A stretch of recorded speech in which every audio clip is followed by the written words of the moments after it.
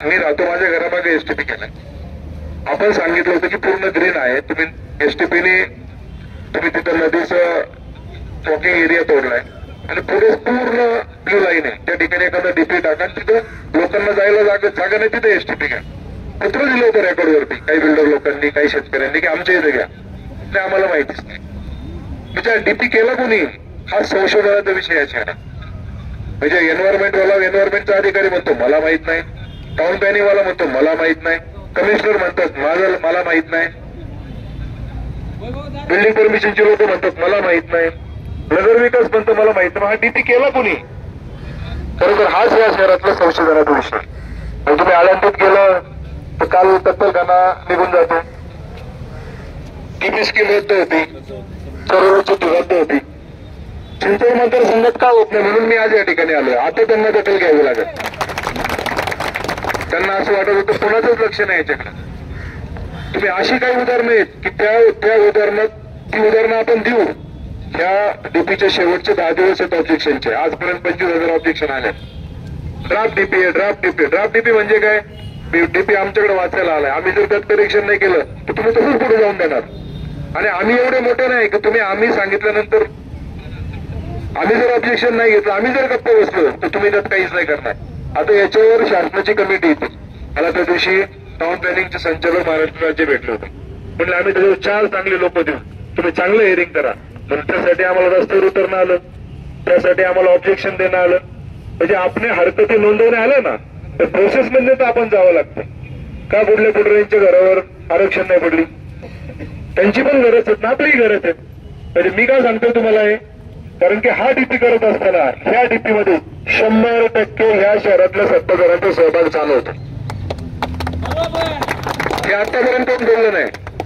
तुम्ही राजूत मध्ये गेला तुम्हाला तेच जाणवणार आहे. तुम्हाला मी पिंपळेवर होते का माझे नगरसेवकाचं उदाहरण देतो जे आपल्या बरोबर होतं. पट्टी आहे, एका बाजूला त्यांचं हॉटेल, एका बाजूला त्यांचं घर आहे. घराची जागा सोडली, हॉटेलची जागा सोडली, मधल्या जागेवर बॅडमिंटन नाव टाकला. त्या कोण पेपरनी बाईची नेमली, तिला काय अनुभव होतं मला माहित नाही. तुला तर माहित नाही ना ही जागा कोणाची, तर तिला माहिती होतं. म्हणजे या शहराचे केलं गेलं हे जाणीवपूर्वक केलं गेलंय. आणि ह्याला जर आणून पाडायचं असेल तर आपल्या सर्वांना येणाऱ्या पुढच्या काळात रस्त्यावरच उतरायचंय. आज खेरगाव उतरलंय, उद्या बिजलीनगर बालेकरवाडी उतराल, काळेवाडी उतराल, राटणी उतराल. परवा तुम्ही पाहिलं असेल चिखलीवाले उतरले, त्यांचं कॅन्सल केलं. आज संपूर्ण महाराष्ट्र पालिकेच्या याच्यावर कत्तलखान्याचा विषय झाला, काच कॅन्सल केला. म्हणजे चाललं का तुम्ही डिपो बनवलाय का कलर मारून दिले की तुम्हाला मनात आलं पुसून टाकायचे, मनात आलं टाकायचे? याचा अर्थ काय होतो? तुम्ही डीपी करताना सिरियस नव्हते किंवा सर्वसामान्य माणसांना केंद्रबिंदू म्हणून हा डीपी बनवला नाही. तात्पुरता रद्द नाही. तुम्ही का पीएमआरडीचा डीपी रद्द झाला? फार मोठ्या प्रमाणात भ्रष्टाचार झाला, फार मोठ्या प्रमाणात पॉलिटिकल इंटरफेअर झाला. म्हणून जर तुम्ही पीएमआरडीचा डीपी रद्द करू शकता तर पिंपरी चिंचवड महापालिकेचं का नाही? याचं उत्तर कोणी द्यायचंय? याचं उत्तर यांनी जीपी केला म्हणजे कुलकर्णी सारखी एक कुठली मॅडम येते जिला कुठलाही टाउन प्लॅनिंगचा अनुभव नाही. एवढ्या मोठ्या शहराचा डीपी त्यांनी तुम्हाला बनवायला देता. कुठली तरी गुजरातची एजन्सी येते, ती एजन्सी त्याच्यावर काम करते, गुगल मॅपिंग घेते आणि डीपी प्रसिद्ध होतो. येणाऱ्या पुढच्या काळात शेवटच्या 10 दिवसात आपल्याला सर्वांना डोळ्यात तेल घालायचंय. आज जरी हे विभागवार होत असलं तरी येणाऱ्या काळात सर्वांनी एकत्रितपणे यांची झोप उडवायची. त्याशिवाय मी तुम्हाला सांगतो ते आपल्या इथं येऊन येतील, चला आम्ही तुमचा डीपी करतो. अशी वेळ आली पाहिजे.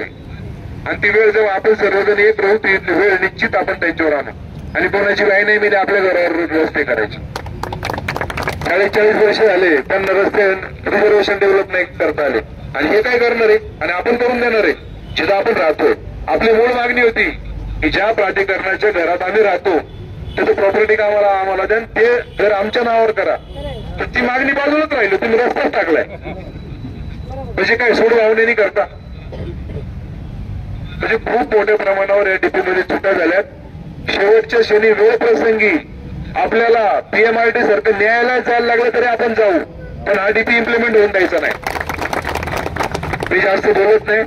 खरं तर मला शिवाजीरावांचा फोन आला धनाजीरावचा नव्हता आला. धनाजीरावने मधल्या काळात थोडी आमची विचारधारा बदलली म्हणून मी सांगितलं धनाजीराव काही झालं तर सगळे जोडे बाजूला ठेवा, पक्षाची ह्याच्यात घरासाठी एकत्र या.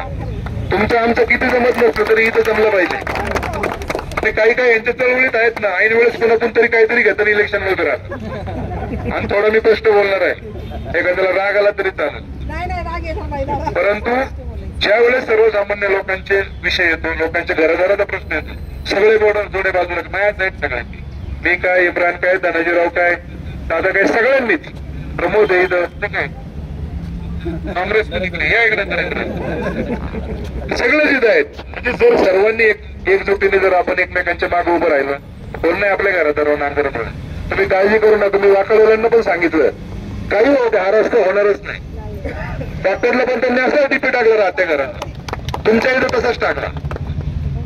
म्हणजे परंतु त्याच्यासाठी आपल्याला तो बसून जमणार नाही. जी प्रोसिजर आहे त्याची हरकती नोंदवणं, त्यासाठी रस्त्यावर नोंदवणं ते आपण करू. आणि मी वैयक्तिक राहुल कलाटे पक्षाच्या सर्वांच्या वतीनं मी तुमच्या बरोबर आहे, का तर तुम्ही माझ्या बरोबर होते आणि त्याला काही फार वेळ नाही झालेला. आता जे झालं ते उपदेशाने पाहिलंय, काय हात गेल्यानंतर बाहेर काय येतं तेच कळत नाही. त्यामुळे आता तो विषय जाऊ द्या. परंतु आपण एक मिनिट सर, काय भाजपा सरकार काय गरीबाला रोडावर काढतं का? मला एवढंच सांगायचंय की शेवटचे 10 दिवस डोळ्यात तेल जाऊन आपण सर्वजण राहूयात. आज आपली एक ताकद समजा इथं दिसतीये, तर उद्या भविष्य काळात आपल्याला शेवटच्या काही दिवसात मी हे जाणीवपूर्वक बोलतोय का तर आता ते ऐकून झोपा उडायला पाहिजे. ज्याला नगरसेवकाला लढायचे त्याच्या पण आणि ज्याला पुढे राजकारण त्याच्या पण. आणि मी बोलल्यामुळे त्याचे मी जाणीवपूर्वक आलोय का तर ते तुमच्या मागे लागले पाहिजे. विशाल चला आमच्या बरोबर चला, घरी आले पाहिजेत. दिसतं मला तुम्ही म्हणजे त्यांना वाटलं पाहिजे अरे हा तिथं गेलाय तर हा काय गप्प नाही बसणार, त्याच्या आधी आपण जाऊन उभं राहू आणि यांना सांगू तुमचं अनाउन्समेंट करतो, रद्द झालं बरं. त्यामुळे भविष्य काळात शेवटचे 10 दिवस ज्या हरकती आपल्याला नोंदवायच्या त्यातून वाकट असेल, तेरगाव असेल, वाल्लेकरवाडीचा पार्ट असेल, आपल्याला सगळ्यांना एकत्रितपणे यांच्या अंगावर जायचंय आणि आम्ही तुमच्या बरोबर त्या ठिकाणी असणार एवढंच मी या ठिकाणी सांगतो.